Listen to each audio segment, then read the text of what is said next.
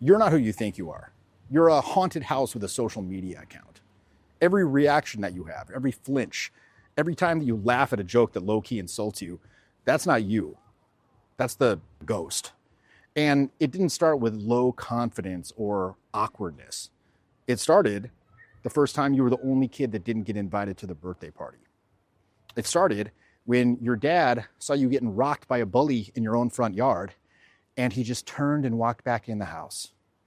It started when you overheard your so-called friends mocking and imitating your voice behind your back. It started when your Spanish teacher told you to, quote, shut your Weasley face, and the whole class laughed.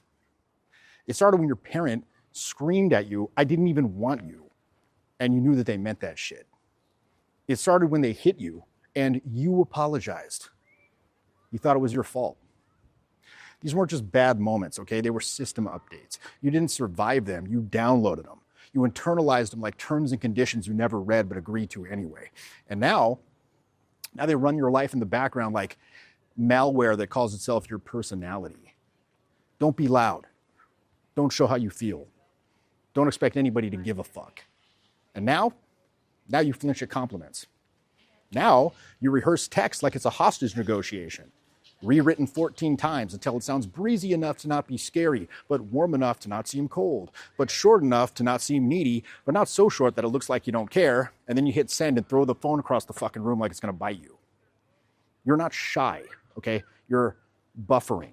You're waiting for some kind of like invisible authority figure to say, okay, it's safe for you to be seen. You think that you're being polite. You think that you're being low drama. Nah, you're being puppeted by ghosts. You are a trauma script with eyebrows, and you've been haunted for so long, you started calling the ghost me. So how does that actually happen? How do ghosts gain control? Well, through internalized scripts written in crayon by a traumatized 6-year-old, revised at 13 with hormonal shame and cafeteria trauma, and then mistaken for, it's just how I am, I guess. You think your choices are conscious? You think the way that you act socially is natural or authentic? Nah. You're not being yourself. You're just role-playing what kept you safe. Again, you're not awkward. It's just that the script took over and you never stopped to question it. You know, if they like me, there must be something wrong with them. You know, I want to be around people who reject me because that's what love feels like. That's not logic. That's not humility. That's unconscious self-rejection. Like Nathaniel Branden said in the 6 Pillars of Self-Esteem, low self-worth doesn't just hurt you. It filters your reality to maintain its own existence. It won't allow you to see opportunities for love or connection, because that would mean you'd have to admit that the script was wrong. And deep down, part of you would rather rot in the fail dimension than risk becoming someone new. So let's break it down. Your brain has 3 main layers: the lizard, the monkey, and the human. Most people, they never graduate past monkey. The monkey brain lives for approval. It lives for status, acceptance. It doesn't give a shit if you're fulfilled. It cares if you're safe. And to the monkey brain, humiliation equals death. So when you were 6 years old and the cool kid rolled their eyes at your story, your monkey brain wrote a new law. Don't speak unless it's perfect. Don't be seen. These weren't just reactions, okay? They were installed behaviors. And now you're still living under these laws you never even voted for. You're not being careful, you're being piloted. And look, you know what I'm saying here is true, okay? The way you talk, the way that you hold your face in conversations, the way that you wait for permission, all of this is just a character that you built in order to survive. But here's the thing, survival mode don't scale. It doesn't get you respect or connection, certainly doesn't get you laid, it just gets you ignored. So here's the fork in the road. Option 1, you click the link in the description, you come train with me. And I'll show you live in real time how to burn the ghost and build a new baseline, right? How to rewire your nervous system for presence and power. Or option 2, you just stay trapped in the fail dimension.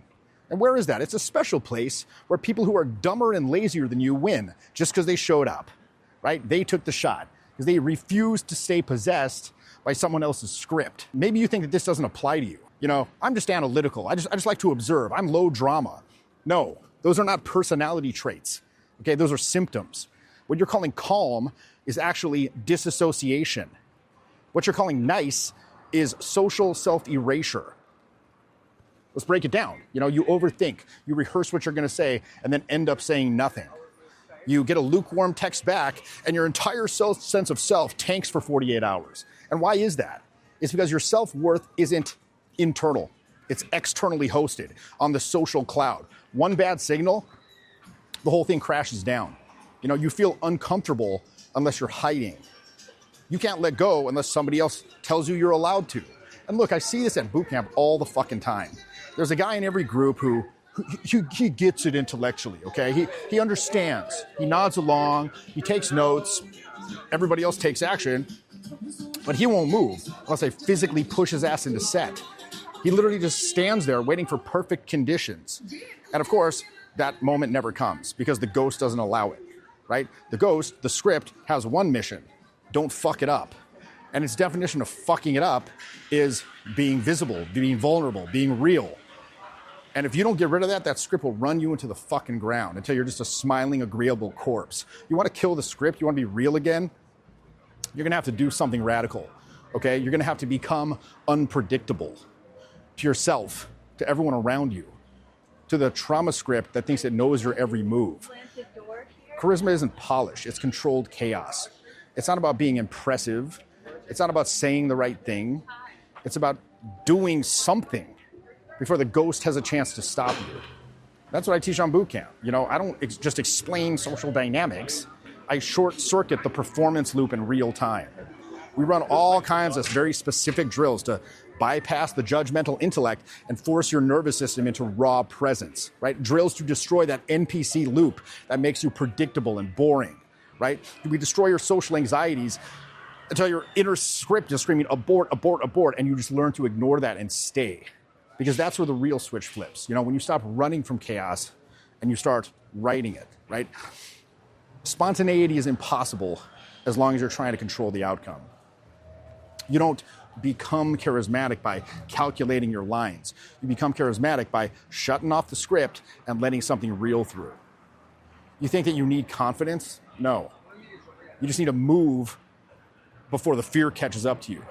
You need to step before that inner critic wakes up and drags you back into fucking simulation mode. Because every second that you delay, that ghost reloads, right? The buffer starts spinning, the script reboots, and the real you never gets out. Charisma's not a look. It's a nervous system frequency.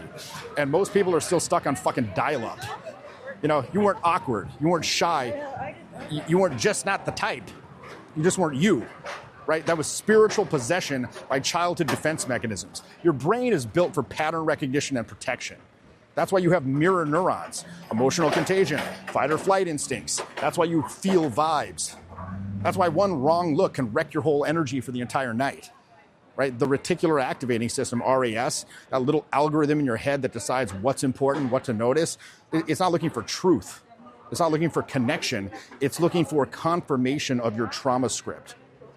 And if your belief is, I'm invisible, RAS is going to filter out compliments. It's going to amplify every little rejection. If your belief is, people don't like me, RAS is going to distort every single interaction to prove that. You think you're perceiving a reality, but you're actually hallucinating your past onto the present and calling it being self-aware. That's why I say all the time, most people are ghosts in a meat suit. They're walking fucking LinkedIn profiles. They're trying to win validation for a personality they built to survive a wound. Please clap. Waking up from all this shit, it doesn't feel like a motivational breakthrough either. It doesn't feel like confidence. It feels like death. It feels like cracking open this wall you didn't know you built around your real self. It's disorienting. It's fucking disgusting.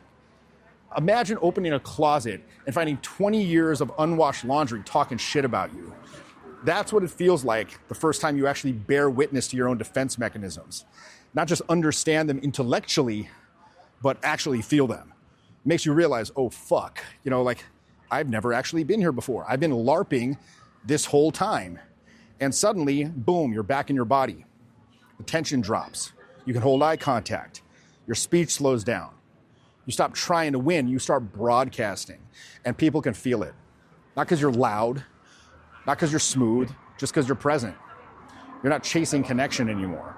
You are connection. You're not trying to be charismatic. You just stop lying. And the moment that you stop seeking approval, you start radiating authority. That's not mindset. That's frame control, right? Rooted in your nervous system. It's not a trick. It's not a line. It's a frequency. Because again, charisma isn't what you do. It's what happens when there's no more ghost left to block the signal. You don't need confidence. You need a fucking exorcism. That's what this is, okay? So you've seen the ghost. You felt it. You know, that moment when you look away, that hesitation before you speak, that panic when somebody actually likes you and you don't know what to do now. That's not social anxiety. It's possession. And this is the ritual. So here's the decision. Click the link. Train with me. You can do it live or online. I will drag that shit into the light, kicking and screaming, and burn it in front of you. You come out the other side rewired. You're no longer faking confidence. Now you're the signal. But hey, there's always next year, and the one after that, and the one after that. Meanwhile, I'll also be out here rocking shit in real life with a body and a pulse. It's your boy Jeffy. We'll see you on the other side. The course has been life-changing. Life-changing is the word. I feel like communicating is the key to life, right? With this kind of stuff, you can become a master. You can become a top echelon speaker, communicator. One of the awesomest experiences of my life. And I've been rebuilding this awesome, cool new relationship with my family. And I am very thankful for this program.